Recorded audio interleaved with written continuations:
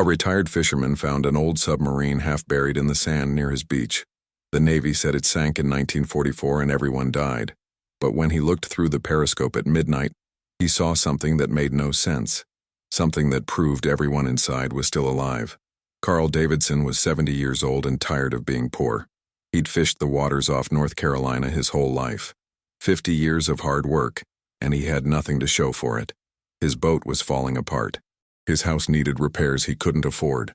His wife Margaret had died 2 years back, and Carl lived alone, wondering what it had all been for. Then Hurricane Isabel changed everything. The storm hit in September, tore up the coastline, moved beaches, changed the shape of the land itself. When Carl walked down to check his boat the next morning, he found something that shouldn't have been there. Metal sticking up through the sand. Dark metal covered in rust and barnacles. Curved like the back of a huge fish. Carl knew what it was immediately. A submarine, buried in the sand maybe 20 feet from the water. He called his neighbor, Bobby Chen. Bobby was 50, ran a bait shop, had lived on this coast his whole life. Bobby came running with a shovel and his phone camera. Holy hell, Carl, that's a real submarine. How long you think it's been there? Carl didn't know. The metal looked old. World War II old, maybe. They dug around it with their hands, cleared sand away from what they thought was a hatch, found markings, letters and numbers barely visible through the rust. USS Swordfish, SS-193. Bobby was already searching on his phone. Carl, this sub went missing in 1944. Says here it left port in Hawaii, never came back. Navy figured it got sunk by Japanese ships. They listed everyone on board as dead, lost at sea. But here it is, Carl thought.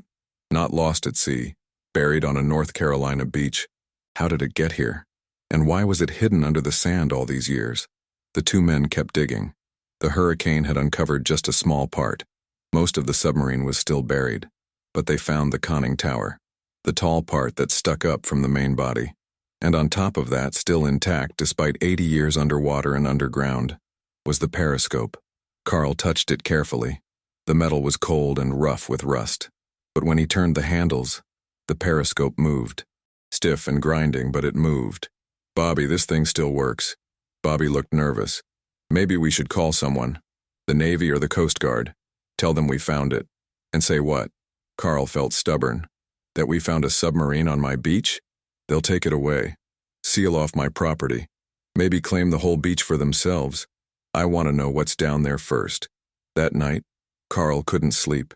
He kept thinking about the submarine, about 80 men who disappeared in 1944, about families who never knew what happened to their husbands and fathers and sons, about a submarine that somehow ended up buried on a North Carolina beach when it should have been at the bottom of the Pacific Ocean. Around midnight, Carl gave up on sleep. He grabbed a flashlight and walked down to the beach. The submarine looked strange in the moonlight, like a monster rising from the sand. Carl climbed carefully onto the conning tower, found the periscope, looked through it. At first he saw nothing, just darkness. The periscope pointed down into the submarine, but there was no light inside.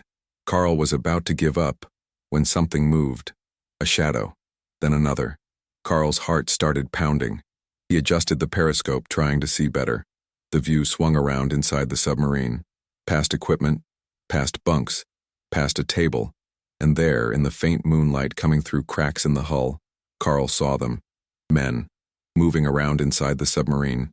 Living men, doing normal things. One was reading. One was eating. One was checking equipment. All of them wearing old Navy uniforms from World War II. Carl jerked back from the periscope. His hands were shaking. That was impossible. The submarine had been sealed for 80 years. Nobody could survive that long without food or air. Nobody could live underwater in a buried submarine. He looked through the periscope again. The men were still there.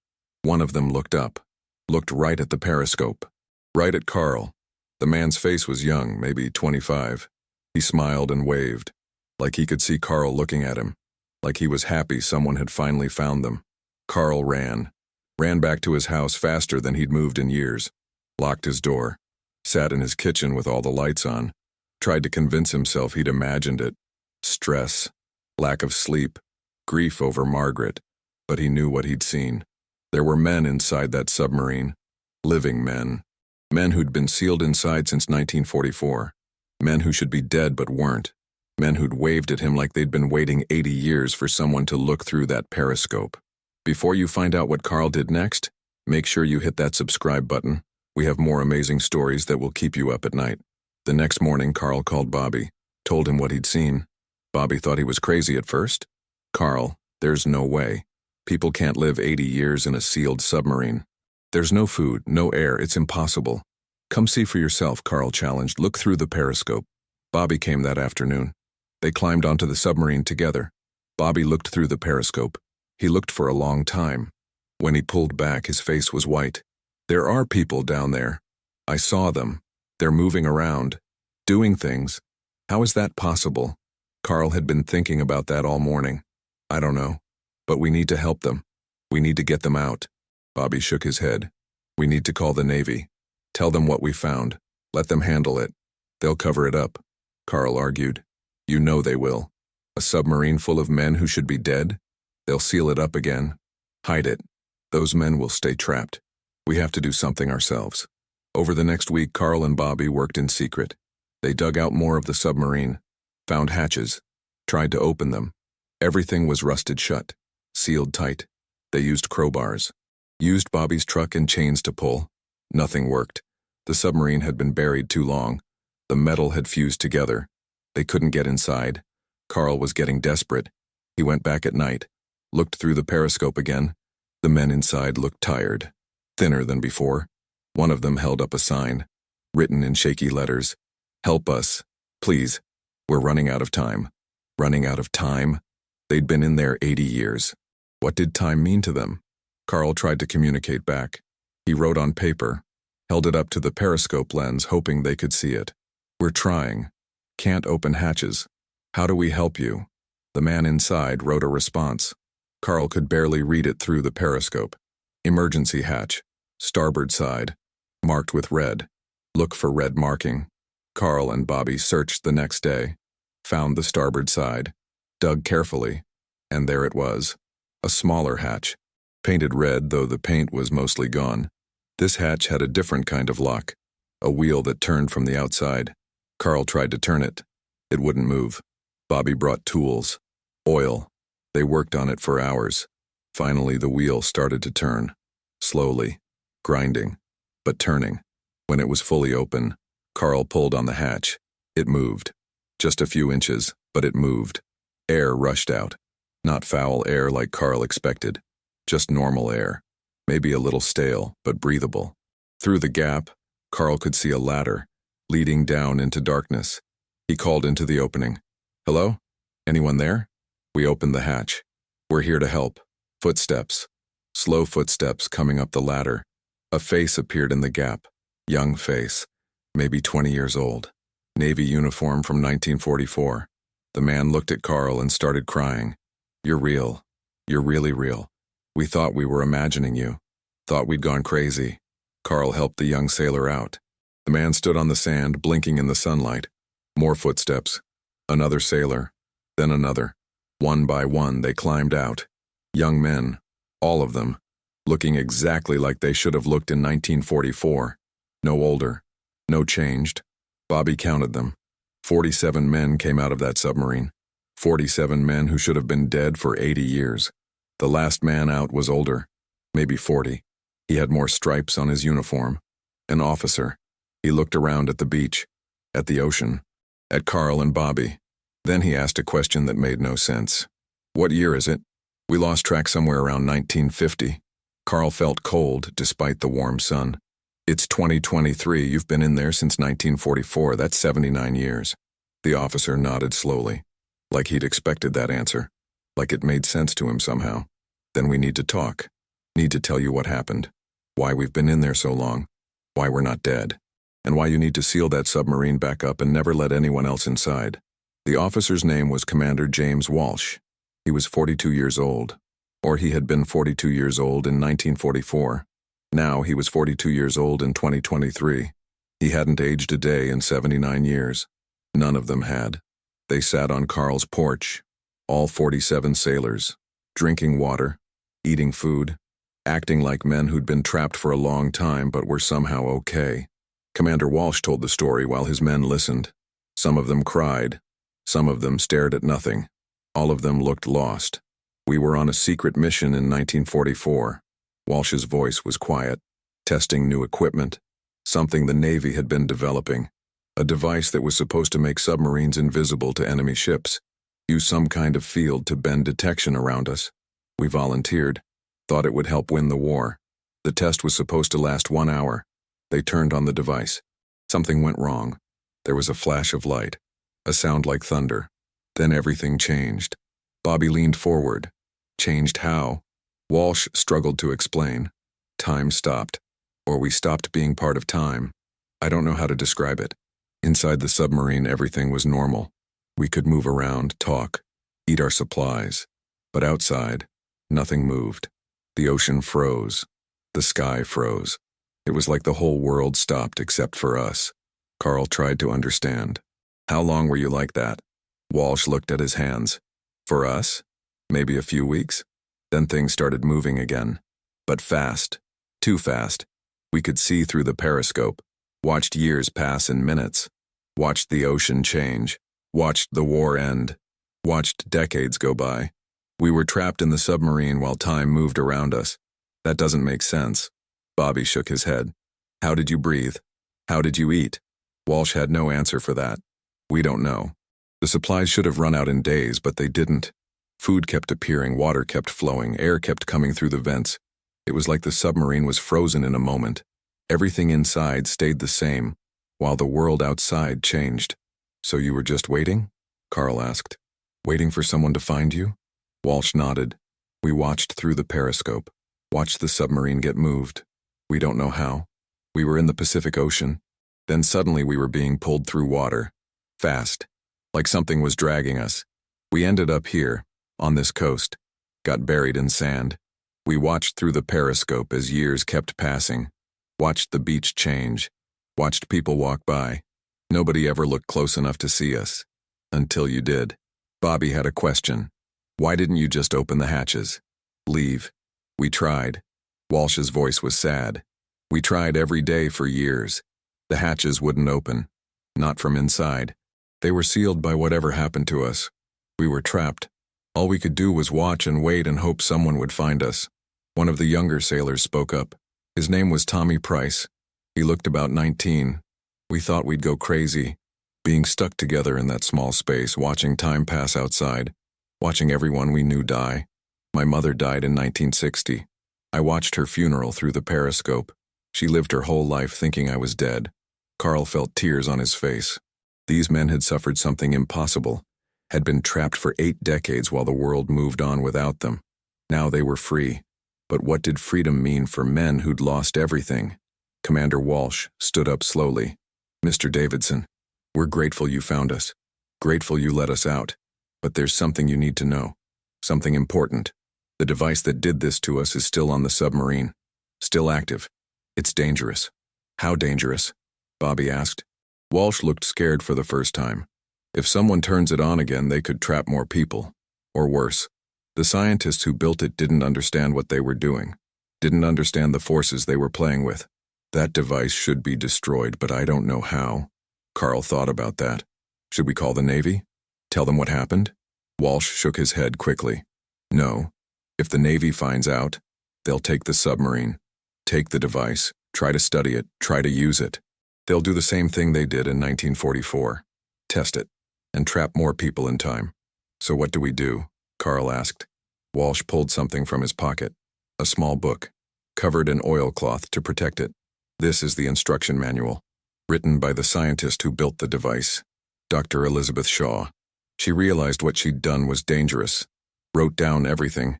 How the device worked. How to destroy it. Then she disappeared. The Navy said she died. But I think she ran away. Couldn't live with what she'd created. Carl took the book carefully. What do you want us to do? Follow her instructions. Walsh's voice was firm. Destroy the device before anyone else finds it. The manual says how. It's not easy, but it's necessary. Then seal the submarine, bury it again, let it stay hidden. Those sailors needed rest.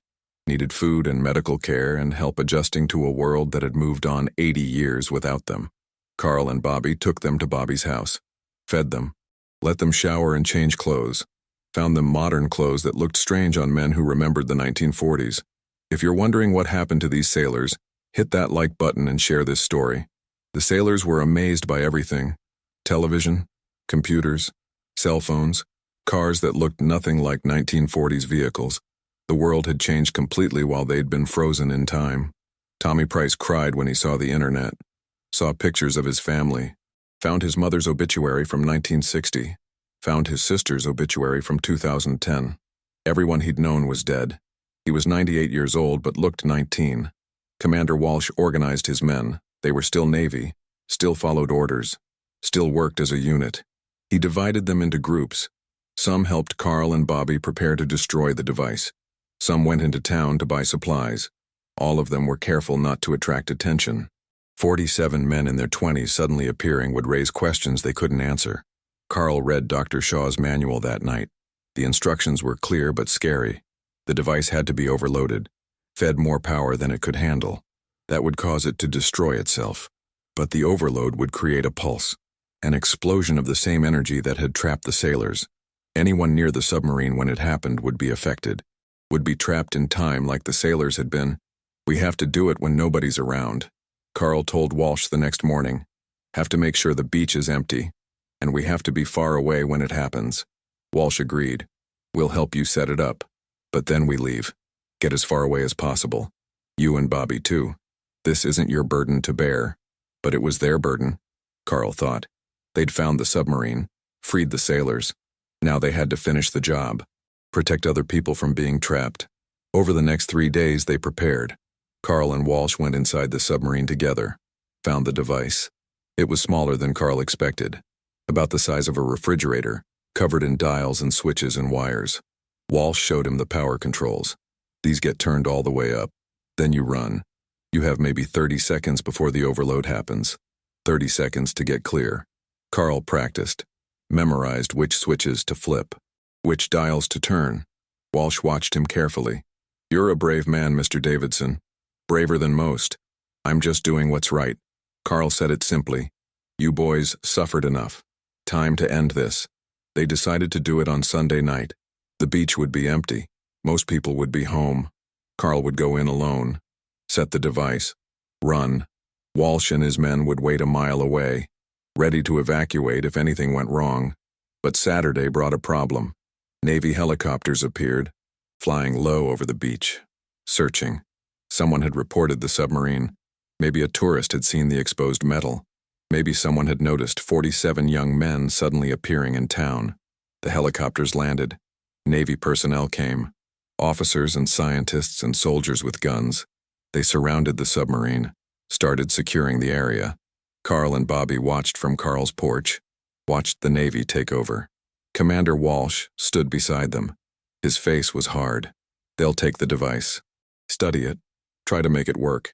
Everything we suffered will happen again. We can't let that happen, but what can we do? Bobby asked. The Navy's got the beach locked down, armed guards everywhere. We can't get near the submarine. Walsh was quiet for a long moment. Then he made a decision. My men and I will handle it. We know the submarine, know how to get in without being seen. We'll destroy the device. But Commander, Carl protested, you'll be trapped again. If you're inside when it overloads. Walsh smiled sadly. We've been trapped for 79 years. A few more minutes won't matter. And this way we make sure it's done right. Make sure nobody else suffers what we suffered. That's worth any price. His men agreed. All 47 sailors. They'd spent decades trapped together. They'd finish this together. That night, while the Navy guards were changing shifts, the sailors moved. They knew military procedures, knew how to avoid detection. 47 men who'd been trained for stealth and had nothing left to lose. They went through the emergency hatch, down into the submarine. Carl watched from his porch, watched the sailors disappear one by one, watched the Navy guards patrol, not noticing. 20 minutes later, Carl felt it. A pulse, like thunder but silent. A wave of pressure that pushed through everything. The air shimmered around the submarine. The Navy guards froze, actually froze, stopped moving, stopped breathing, became like statues. The submarine glowed, bright light poured from every crack. Then it faded. The guards moved again, confused. not sure what had happened, but the submarine was sealed now. Sealed forever. The device destroyed. The sailors trapped inside, sacrificed to protect others from their fate. Carl stood on his porch and cried. 47 men had gone back into their prison, had sealed themselves inside forever. He'd known them for less than a week, but they'd been heroes. Real heroes, the kind who sacrificed everything to protect others. The Navy swarmed the submarine, tried to open the hatches, nothing worked. The submarine was sealed completely. No way in, no way out. Whatever the sailors had done, it was permanent. The Navy brought equipment, tried cutting through the metal. The tools broke. The metal wouldn't cut. It was like the submarine existed in a different state now, there but not there, solid but untouchable. After 3 days, the Navy gave up. They classified the submarine, put guards around it, built a fence, declared the beach off limits. Carl and Bobby were questioned. They told part of the truth, said they'd found the submarine after the hurricane, had reported it, didn't mention the sailors, didn't mention the device. The Navy seemed satisfied, seemed to think the submarine was just a World War II wreck. Nothing special. Carl knew better, knew what was inside, knew that 47 men were trapped in there, frozen in time again, maybe forever this time. Months passed. Carl went down to the beach every night, looked at the submarine, talked to it like the sailors could hear him, told them about his day, about Bobby's family, about the weather, about nothing important, just talk so they wouldn't be alone.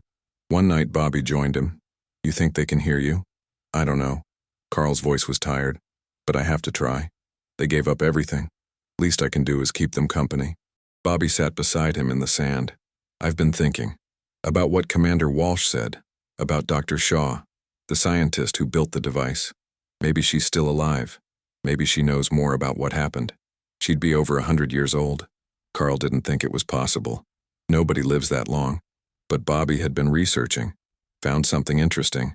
There's a woman in Oregon, Elizabeth Shaw, age 103, used to work for the Navy, retired in 1945 right after the war.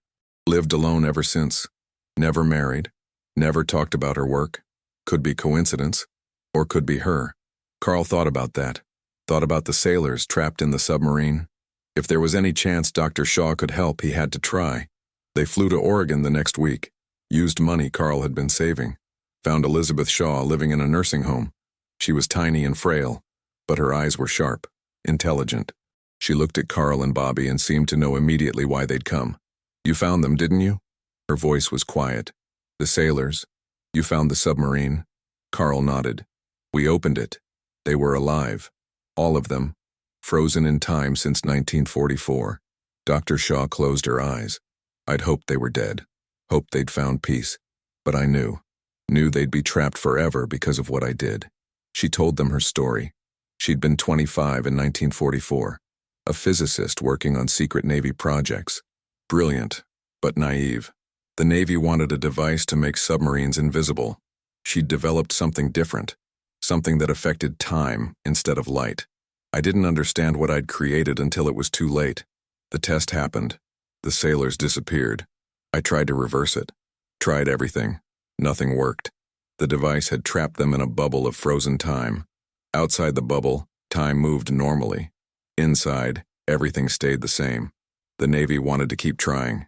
Keep testing. I destroyed my research. Wrote the manual for destroying the device, then I ran. Changed my name. Hid. Spent 80 years trying to forget what I'd done. But you can't forget. Can't run from that kind of guilt. Carl told her what the sailors had done, how they'd destroyed the device, sealed themselves inside, sacrificed themselves to protect others. Dr. Shaw cried, old tears, guilty tears. They were better men than I was. I ran. They stayed. They finished what I started. Is there any way to free them? Bobby asked. Any way to reverse the effect? Dr. Shaw shook her head. Once time is frozen, it can't be unfrozen. Not with any technology we have. Maybe in the future, maybe in 100 years, but not now. Those men are trapped forever. Carl felt his heart break, felt the weight of 47 lives stuck in frozen time. Lives sacrificed, lives lost. We have to tell people, have to let the world know what they did. Bobby agreed. They deserve to be remembered as heroes. Dr. Shaw gave them her notes. Everything she'd kept hidden for 80 years. The science behind the device, the test results, the names of everyone involved. Carl and Bobby took it all home, decided to tell the story.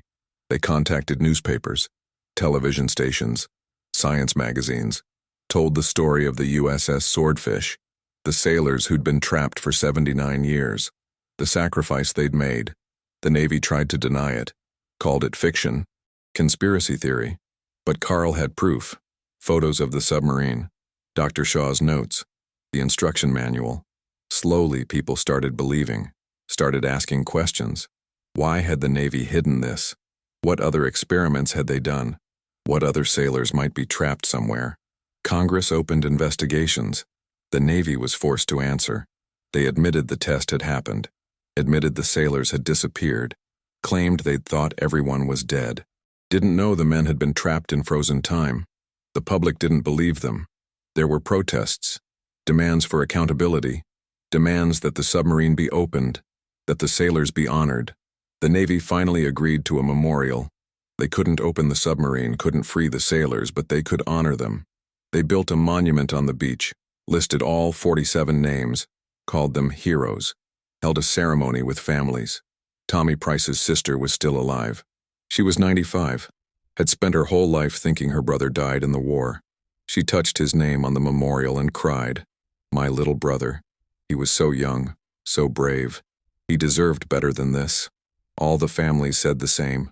Their loved ones deserved better, deserved to live their lives, deserved to come home. Instead, they were trapped forever in a submarine, frozen in time, unable to live, unable to die. Dr. Shaw came to the ceremony. She was 104 now, dying, but she wanted to apologize, wanted to face the families and admit what she'd done. If you're still following this story, make sure you're subscribed. We have the ending coming that you won't believe. I created the device that trapped your loved ones. She said it standing at the memorial. I didn't mean to, didn't understand what I was doing, but intention doesn't matter. They suffered because of my work. They sacrificed themselves to destroy what I created. I'm sorry. It's not enough. Sorry never is. But it's all I have. The families were angry. Some yelled at her. Some cried. But some forgave. Said she'd been young. Said she'd tried to make it right. Said the real blame lay with the Navy for testing dangerous technology on living men. Dr. Shaw died a week after the ceremony. Carl thought she'd been waiting to apologize before she could rest. He understood that feeling, the weight of guilt, the need for forgiveness. Carl visited the memorial every day, brought flowers, talked to the names on the wall, Commander Walsh, Tommy Price, all 47 sailors, told them news, told them their sacrifice had mattered, had saved others from being trapped, had exposed the Navy's secrets, had changed how the military treated its people. One day, something strange happened. Carl was sitting by the memorial, talking to the names. The air shimmered, like heat waves, but it was cold that day. Through the shimmer, Carl saw a figure, young man in a Navy uniform, Commander Walsh. The figure was transparent, fading, but real enough to see. "Mr. Davidson." Walsh's voice was faint, like it came from far away. "Thank you for remembering us, for telling our story. You gave us something more valuable than freedom. You gave us meaning." Carl tried to speak, couldn't, just nodded. Walsh smiled. "We're not suffering. Time doesn't pass for us the way it does for you. We're together. We're at peace. Tell the families that. Tell them we're okay." Then he faded, gone like morning mist. Carl sat there crying. Not sad tears this time. Relief tears. The sailors were okay. As okay as they could be. They'd found peace in their frozen time. Found purpose in their sacrifice.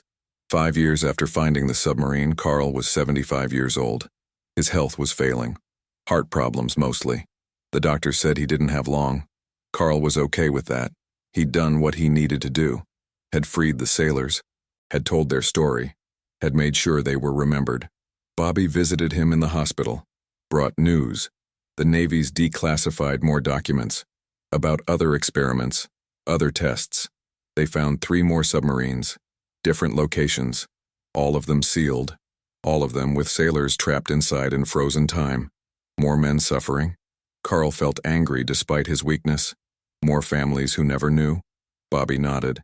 But because of what you did, because you told the swordfish story, the Navy's being forced to admit everything. They're building memorials, contacting families, taking responsibility. You started that, Carl. You made them accountable. Carl closed his eyes, thought about Commander Walsh and his men, thought about sacrifice and courage, thought about doing what was right even when it cost everything. That's something, he said quietly. Not enough. Never enough. But something. The doctors released Carl a week later, said he had maybe a month. Carl went home, spent his time at the beach, at the memorial, talking to the sailors. One night the air shimmered again. This time, all 47 sailors appeared, transparent, fading, but together. They stood around Carl, didn't speak, just stood there, keeping him company. Carl understood. They were saying goodbye, thanking him one last time. He smiled at them. You boys take care. Stay together. Remember you're heroes. You saved people. That matters. Commander Walsh saluted. The others followed. Then they faded. Carl never saw them again. He died 3 weeks later, peaceful in his sleep. Bobby arranged the funeral. The whole town came. So did reporters. So did some of the sailors' families. They buried Carl near the memorial, close to the submarine, close to the men he'd freed and lost. Bobby spoke at the service. Carl Davidson was an ordinary man who did an extraordinary thing. He saw suffering and couldn't look away. He found trapped men and couldn't leave them trapped. He learned a truth and couldn't keep it secret. That's real courage. Not the kind you see in movies, the kind that matters in real life. After the funeral, Bobby took over Carl's mission, visited the memorial every day, talked to the sailors, made sure they were remembered. He also started a foundation, the Swordfish Memorial Foundation. Its purpose was finding other trapped sailors, other experiments, other secrets, making sure nobody was forgotten. The foundation found 7 more submarines over the next decade, all hidden, all with sailors trapped in frozen time, all because of experiments the Navy had tried and failed and hidden. Each discovery led to memorials, to families getting answers, to the Navy being forced to admit what it had done. Bobby was 65 when the government finally passed a law, the Military Accountability Act. It required disclosure of all secret experiments, required compensation for families, required memorials for victims, required that nothing like this ever happen again. Bobby stood at the signing ceremony, thought about Carl, about how one old fisherman finding a submarine had led to this, had changed everything. Tommy Price's niece approached him after the ceremony. She was 70, had spent her life wondering about her uncle. Mr. Chen, thank you for everything you and Carl did. My family finally has answers, finally knows Uncle Tommy was a hero. That means everything. Bobby visited Dr. Shaw's grave that week. She was buried in Oregon. Simple headstone, just her name and dates. Bobby left flowers, told her about the law, about the memorials, about how her guilt had led to accountability. Your mistake destroyed lives, but your honesty saved others. That counts for something. The submarine itself became famous. Scientists studied it from the outside, couldn't touch it, couldn't open it, but they learned from it. Learned about time and physics and things they didn't understand. Some thought the sailors might be released someday, when technology advanced enough, when humans understood time better. Others thought they'd stay trapped forever, a monument to human ambition and failure. Tourists came to see it, stood at the memorial, read the names, learned the story. Most left quietly, respectfully, understanding they were standing near 47 men who'd sacrificed everything. Some left flowers, some left notes. Thank you for your service. Thank you for your sacrifice, we won't forget. Bobby read the notes every week, kept the good ones, threw away the silly ones, made sure the memorial stayed clean and respected. He was 70 when he started having the dreams. Dreams where he stood on the submarine, looked through the periscope, saw the sailors inside. They were happy in the dreams, smiling, living normal lives in their frozen time, playing cards, telling stories. Together, Bobby told his wife about the dreams. She was practical, scientific, didn't believe in ghosts or visions. It's just your mind processing grief, processing everything you've been through. You miss Carl, You feel responsible for those sailors. The dreams are your way of coping. Maybe. But Bobby thought it was more than that. Thought maybe the sailors were reaching out, letting him know they were okay, that their sacrifice hadn't been wasted, that they'd found peace in their frozen time. He chose to believe that. Chose to believe they were together and happy and at peace, because the alternative was too sad to accept. 15 years after Carl found the submarine, Bobby was 75, the same age Carl had been when he died. Bobby's health was failing too. Lungs this time. From years of smoking when he was young. The doctors said he had months. Bobby spent them at the memorial, at the beach, near the submarine. One evening, as the sun set over the ocean, the air shimmered.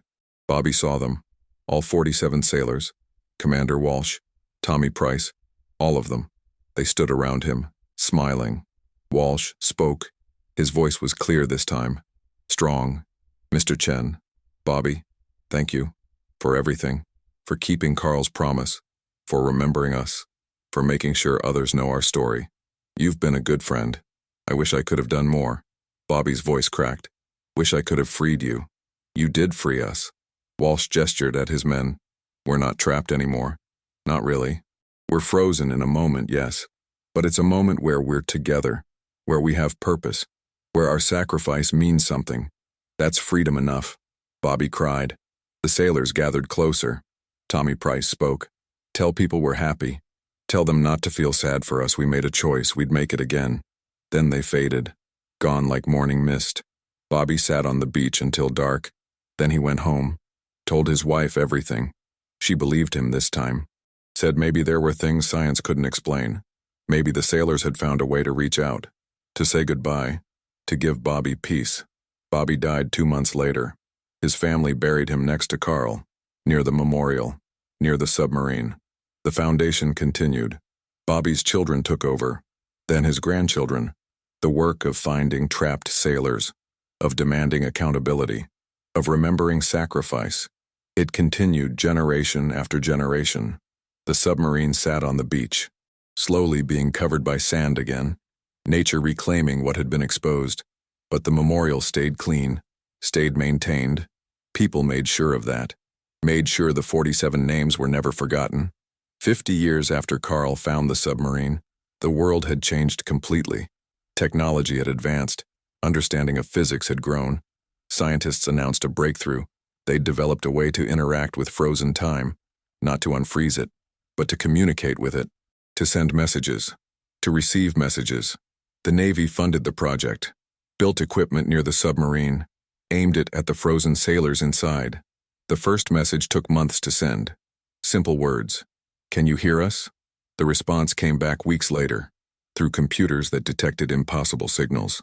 Yes, we can hear you. We are Commander Walsh and crew of USS Swordfish. We are well. The world stopped.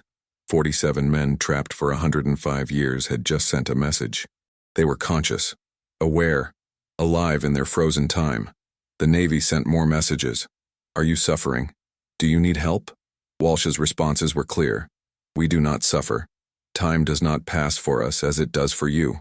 We exist in a single moment, a moment we have made peaceful. We are together. We have purpose.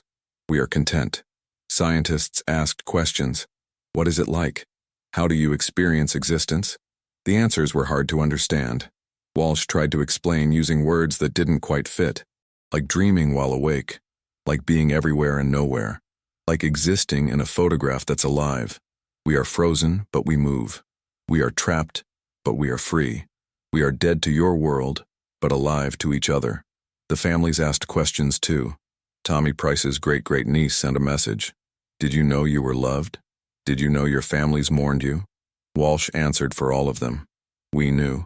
We watched through the Periscope for decades, saw our funerals, saw our families grieve.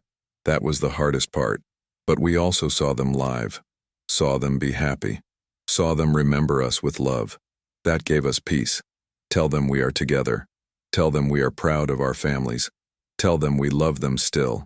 The communication changed everything. The sailors weren't just names on a memorial anymore.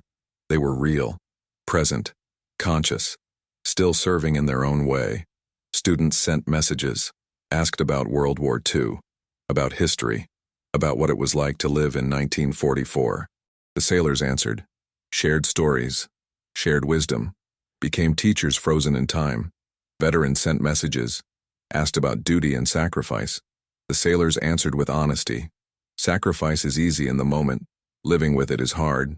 We chose our moment, chose to freeze it forever. We don't regret it, but we honor those who sacrifice and must live with it afterward. That takes more courage than what we did. Philosophers sent messages, asked about time and existence and consciousness. Walsh tried to answer. Time is not what you think. It is not a line. It is a space. We exist in a small space of time. You exist in a moving space. Neither is better or worse. Both are real. Both are life. 100 years after the submarine was found, the world held a ceremony, the largest memorial service in history, broadcast around the globe, billions of people watching, honoring 47 sailors who'd been trapped in frozen time for over a century and a half, who'd sacrificed themselves to protect others, who'd found peace in their impossible existence. The Navy officially pardoned all of them.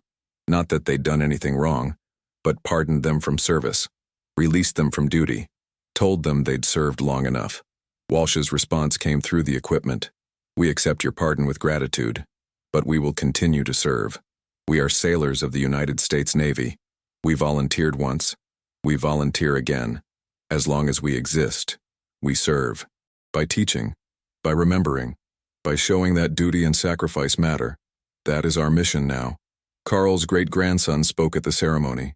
He was 50, had grown up hearing stories about his great-grandfather who'd found the submarine, who'd freed the sailors, who'd told their story. My great-grandfather was a simple fisherman, but he saw something impossible and didn't look away. He saw suffering and tried to help. He saw injustice and demanded accountability. That's what heroes do. Not grand gestures, simple choices, choosing to care when it would be easier not to, choosing to act when others would walk away. Bobby's great-granddaughter spoke too. She was 45, a scientist, studied physics because of the submarine, because of the mystery of frozen time. My great-grandfather spent 30 years honoring these sailors, keeping their memory alive, making sure their sacrifice meant something. He taught our family that remembering is a form of service, that bearing witness to suffering is sacred work, that the smallest acts of kindness echo through generations. The ceremony ended with messages from the sailors, one from each of them. Short messages, final words to the world. Tommy Price's message was simple. I was 19 when I volunteered. Thought I was brave. Thought I was doing something great. I was just a kid who wanted to help. The real bravery came later. Existing in frozen time for over a century. Staying sane. Staying kind. Staying hopeful. My crew did that. We did it together. That's the lesson. Together humans can endure anything, even the impossible.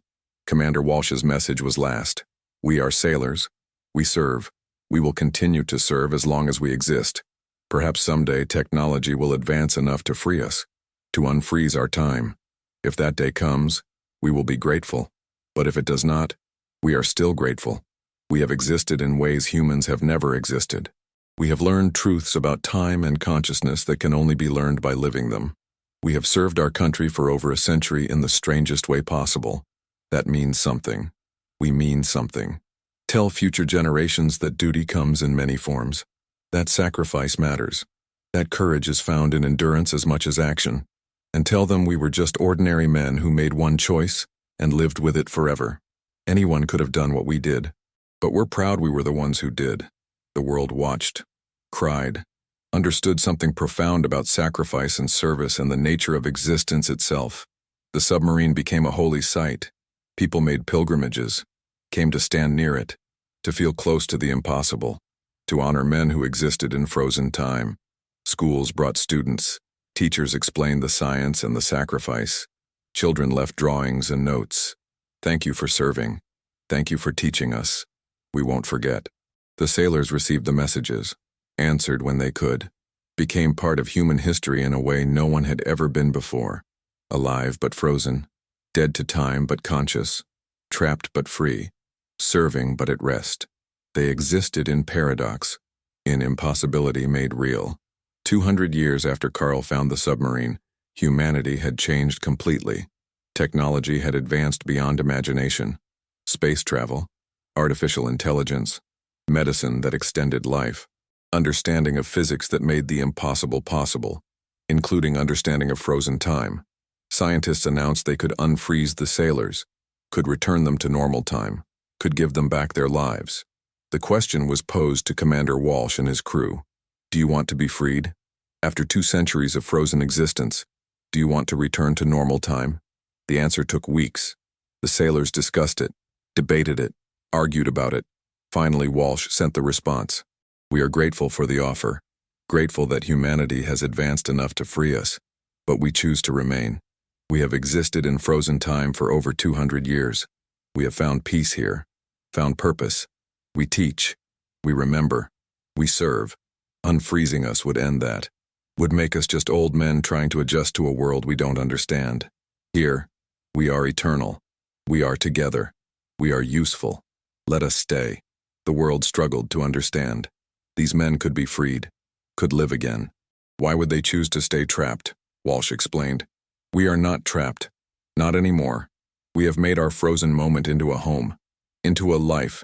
We watch your world through the periscope of existence. We learn, we grow, we serve. That is enough. That is everything. The decision was respected. The sailors remained frozen, remained together, remained in their impossible state. But humanity didn't forget them, didn't abandon them. Technology improved.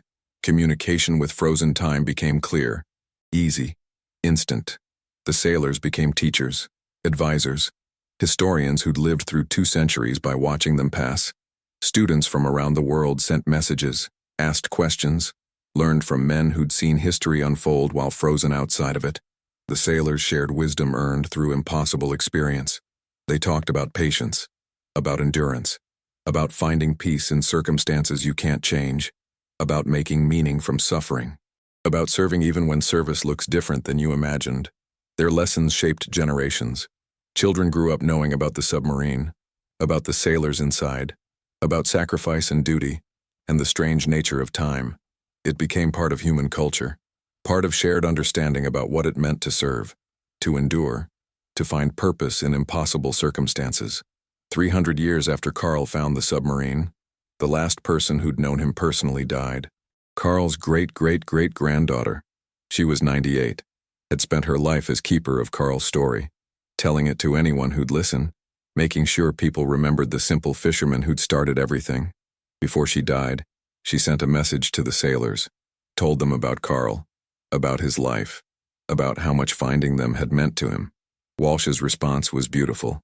Carl Davidson freed us from invisible suffering, made us visible, made our sacrifice mean something. We have existed for 3 centuries now, have taught millions of people, have shaped human understanding of time and duty and sacrifice, all because one old fisherman looked through a periscope at midnight and chose to care about what he saw. Tell Carl's descendants we honor him, we remember him, we are grateful to him forever. The submarine itself had become a monument, not just the memorial nearby, but the submarine itself, encased in protective materials, preserved exactly as it had been when Carl found it. A time capsule containing men who were their own time capsules. Tourists came from across the solar system. Humans had colonized Mars and the moons of Jupiter by then, but they traveled home to Earth, to the beach in North Carolina, to stand near the submarine and honor the sailors inside, to connect with history, with sacrifice, with the mystery of frozen time. 400 years after Carl found the submarine, scientists made another breakthrough. They could copy consciousness, could download a person's mind and thoughts and memories into computers, could create digital versions of people that were truly alive in their own way. The offer was made to the sailors. We can copy your consciousness, create digital versions of you that could leave the frozen time, could exist in computers, could experience the universe without being trapped. Would you like that? Walsh's response was thoughtful. We appreciate the offer, but we choose our original existence. We are not just consciousness. We are bodies, frozen bodies in frozen time. That is what we are.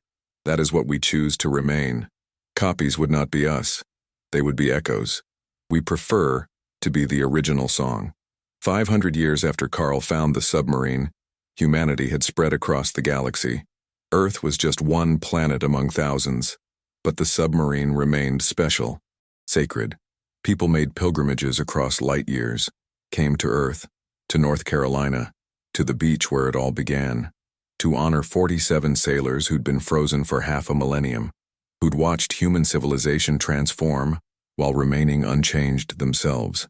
The sailors still taught, still answered messages, still served, but their responses came slower now. The frozen time was affecting them differently.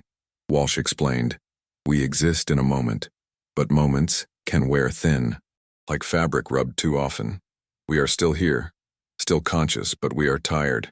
We have served for 500 years. Perhaps it is time to rest." The world understood. After 5 centuries of service, the sailors had earned peace. Final arrangements were made. The submarine would be sealed completely. No more communication. No more messages. The sailors would be allowed to fade into whatever came after frozen time, to rest at last. The final message from Commander Walsh was broadcast across human civilization, across all settled worlds. Billions of people listened. "We are sailors of the United States Navy. We volunteered in 1944. We have served for 529 years. We have watched human civilization grow from earthbound to galaxy-spanning. We have taught countless students. We have shaped understanding of duty and sacrifice and time itself. We are tired now. We choose to rest. We go into our final sleep together, as we have done everything together. We are grateful for the life we had, for the sacrifice we made, for the meaning we found, for the service we gave. Tell future generations we existed. Tell them we served. Tell them even impossible circumstances can be endured with courage and companionship. Tell them we were just ordinary men who made one choice and kept our promise forever. Goodbye." The submarine was sealed, the communication equipment removed, the memorial updated with final dates. The sailors faded into their frozen moment, into sleep, into whatever existence came after consciousness in frozen time. They were gone, but not gone. Still there, still frozen, but no longer conscious, no longer teaching. At rest at last after 5 centuries of service. Carl's descendants, Bobby's descendants, Dr. Shaw's distant relatives. They all gathered at the memorial. Billions watched across the galaxy. They honored the sailors one final time.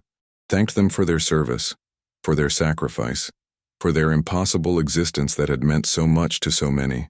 The submarine sat on the beach, still frozen, still sealed, still containing 47 men who'd given everything, who'd served longer than any soldiers in history, who'd found meaning in impossibility, who'd taught humanity about duty and sacrifice and the strange nature of time and existence. The beach remained sacred, protected. Visitors still came, stood near the submarine, felt the weight of history, of sacrifice, of men who'd been frozen for over 500 years and had served every moment of it. Carl Davidson's grave was nearby, still maintained, still visited. People left flowers, left notes. "Thank you for caring. Thank you for looking through that periscope. Thank you for starting everything." Bobby Chen's grave, too, honored for keeping Carl's promise, for remembering, for making sure the sailors were never forgotten. And in the submarine, 47 men rested, frozen in time, at peace at last. Their consciousness faded, their service complete, their sacrifice honored, their story told across 500 years and 1,000 worlds. They had been ordinary men, fishermen's neighbors, Bobby's friends, Carl's discovery, but they'd become something more, symbols of service, teachers of sacrifice, proof that duty came in many forms, that humans could endure anything together. That meaning could be found in the most impossible circumstances. The submarine would sit on that beach forever, a monument to the strange and beautiful complexity of human courage, to the fishermen who'd cared, to the sailors who'd sacrificed, to the reporter who'd told their story, to the descendants who'd remembered, to 500 years of service that started with one man looking through a periscope at midnight and seeing something impossible, seeing something that haunted him, seeing 47 men who should have been dead but weren't, who were trapped but found freedom, who sacrificed everything and gained immortality, not through escaping death, but through serving beyond it, through existing in frozen time and making that existence matter. Carl Davidson had been 70 years old, tired, poor, lonely. He'd found a submarine and changed the course of human history. He'd freed sailors and exposed secrets and demanded accountability. He'd been just an ordinary man who'd made one choice: to care, to help, to tell the truth. That choice echoed across 5 centuries, across 1,000 worlds, across billions of lives. That's what one person could do. That's what mattered. Not grand gestures, simple choices. Looking through a periscope and choosing to see, finding trapped men and choosing to help, learning the truth and choosing to tell it. Carl would have been amazed, would have been humbled, would have said he'd just done what anyone would do. But that was the point. Anyone could have done it. Most wouldn't have. Carl did. And 47 sailors got to serve for 500 years. Got to teach. Got to matter. Got to rest knowing their sacrifice had meaning. That was worth everything. That was the treasure Carl had found. Not gold or jewels or fame, but meaning, purpose, the knowledge that one caring person could change existence for countless others. That legacy lived on. In the submarine, in the memorial, in the graves of Carl and Bobby, in the descendants who carried on their work, in the billions of people across the galaxy who knew the story, who'd been shaped by it, who understood something profound about service and sacrifice because 47 men had been frozen in time, and one old fisherman had cared enough to tell the world. The submarine sat on the beach, silent now, sealed, but sacred, forever marking the spot where the impossible had become real, where ordinary men had become legends, where one choice to care had echoed across centuries. That was the ending. Not happy, not sad, but true. And truth was all that mattered, all that lasted, all that honored the fishermen and the sailors and everyone who'd chosen to care when it would have been easier to look away.